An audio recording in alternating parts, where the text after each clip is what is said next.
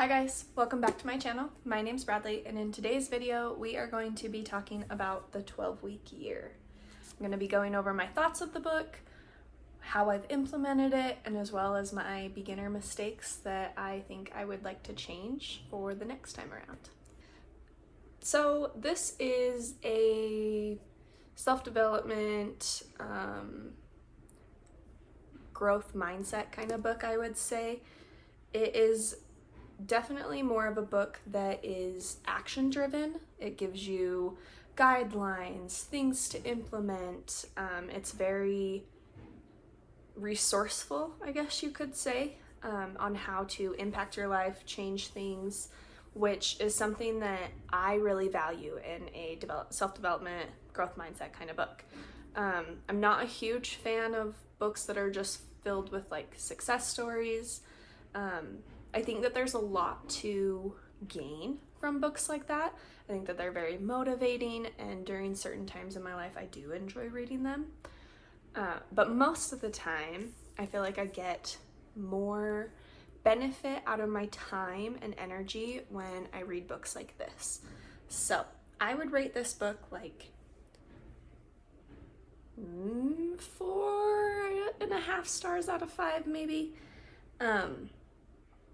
I think that it's a good book for individuals. I think it's a good book for companies. There's like a good chunk of the book that is kind of corporation driven, how to be a better leader, how to take the knowledge in this book and incorporate it in your team dynamic, which I think is pretty resourceful, honestly.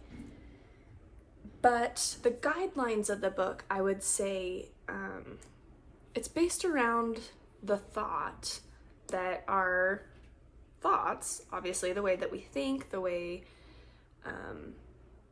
we surround ourselves, has a really big impact on our accountability, our actions, which I feel like is not a very abstract thought. I think that lots of people feel that way. But it's also around the idea that typically in a 12-month year, like people set New Year's resolutions, people get really excited and motivated for deadlines. So if you have ever set New Year's resolutions, it's for people that like setting goals, it's a very motivating time, I feel like.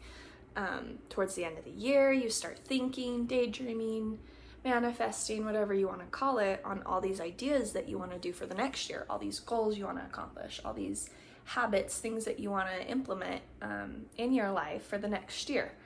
And people get really motivated for the first month of January, and then they start to fall off. They might pick it back up in the middle because they're like, oh, I forgot about this and I haven't been making good progress, so I'm going to try again. Then they fell off again.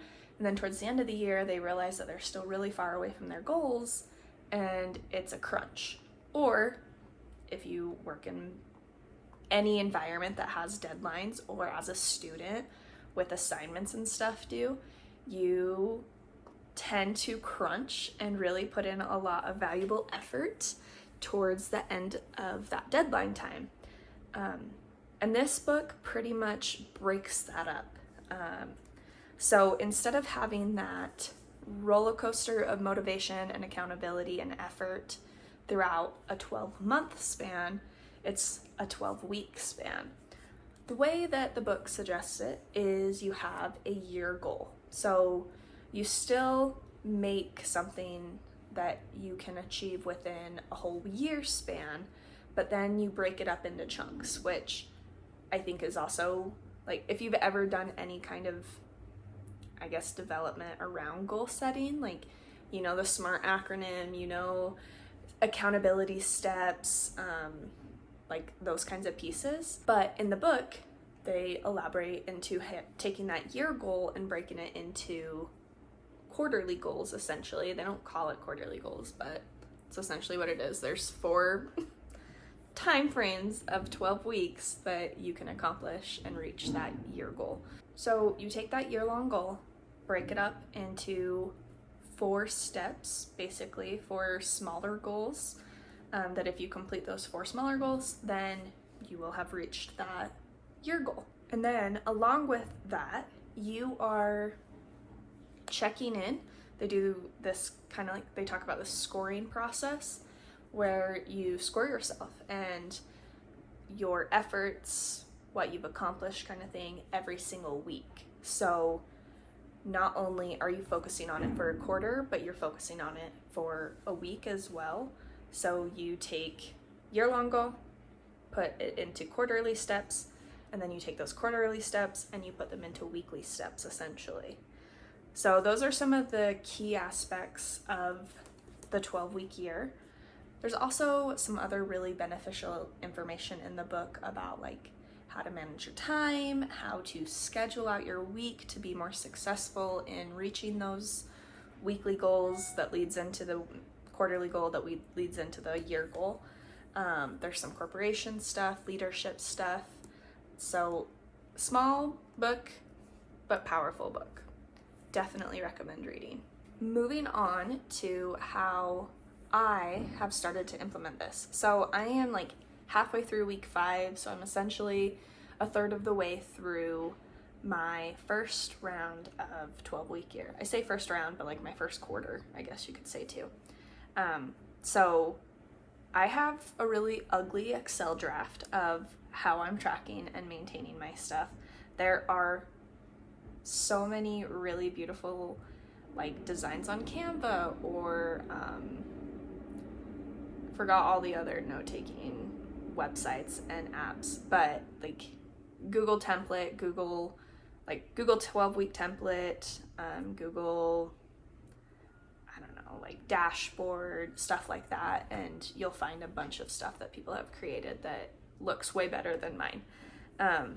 But a little snippet, I guess I can just post it on the screen too. So I have my 12-week goals listed, as well as my scoring area, and then my current week that I am focusing on. So every week I go through and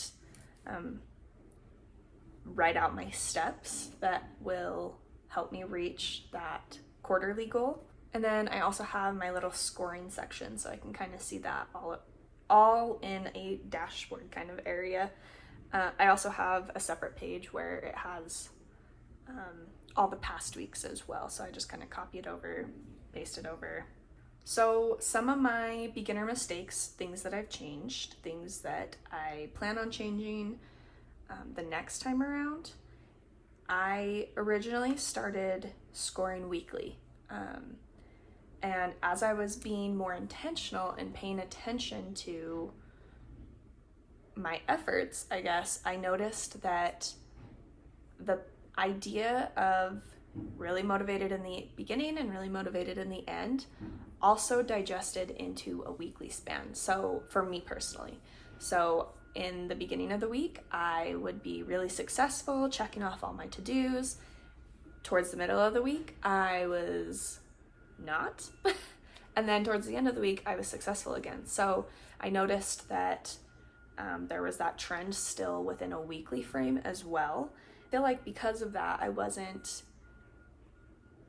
being as successful or as mindful with my accountability and the steps I was taking. So I started to score myself daily. I first tried this last week and I noticed the exact same thing. So I'd score myself and then I'd fall off towards the middle of the week, and I did not have any energy or anything like that to put towards it. And then came Friday, Saturday, Sunday, I was scoring myself again daily and being more aware and conscious of my efforts and where my energy was going. Maybe in my round 2, second quarter, whatever I call it, I can let you know if that has been helpful.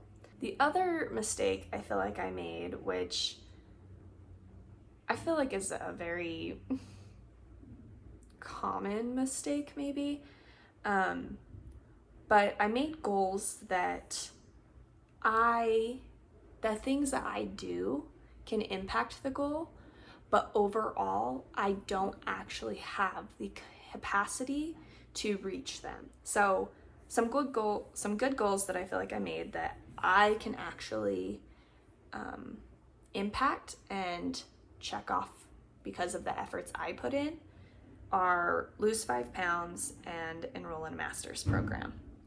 Or start my master's program. Those are things that every step that I take actually impacts that end result and can identify if I was successful or not successful. Some of the things that I made, some goals that I set that I am not fully capable of actually attaining because it involves other people's efforts or contribution are I wanted to gain 20 subscribers on YouTube, gain 100 followers on Instagram, and make 5 sales on my Teachers Pay Teachers store. So there are lots of things that I can do personally to reach those goals, like posting consistently, adding more products, marketing, paying for, promotions of my store and my Instagram account and stuff like that. I could put all of that effort in. I could post weekly. I could post daily. I could add 100 products to my TPT store.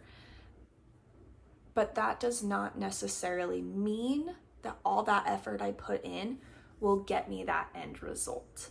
So I feel like I kind of set myself up for disappointment a little bit, because if I would have said post weekly on YouTube, I think that would attribute to a gain in subscribers, but not be so focused on that, because the efforts that I'm actually putting in are recording, editing, posting consistently, and not so much the people that watch the videos, if that makes any sense.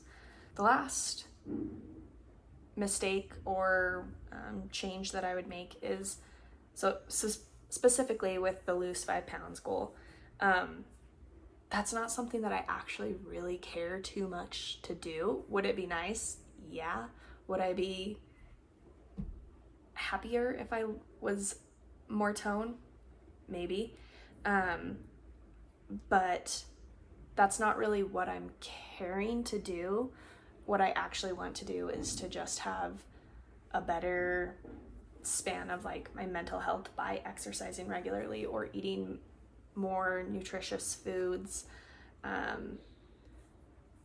That's what I actually care about. So I made some basic, I would consider the goals very basic, and not actually pertaining to my actual desires and things that I want. So those are some of the mistakes that I feel like I have made along the way. I might like reword my goals, but I also might just roll with it until the next quarter and see what happens. That pretty much sums up everything that I wanted to talk about and touch on for the 12-week year. Everything that I'm personally doing, everything that I want to make changes or mistakes that I feel like I have made. And that is everything. So thank you guys for watching. If you enjoy videos like this, please let me know, and because I would love to make more of them. If you have similar books that are like the 12-week year, please leave those recommendations in the comments, because this was a book that I highly enjoyed reading and I would love recommendations. So thanks for watching. I'll see you guys in my next video. Bye.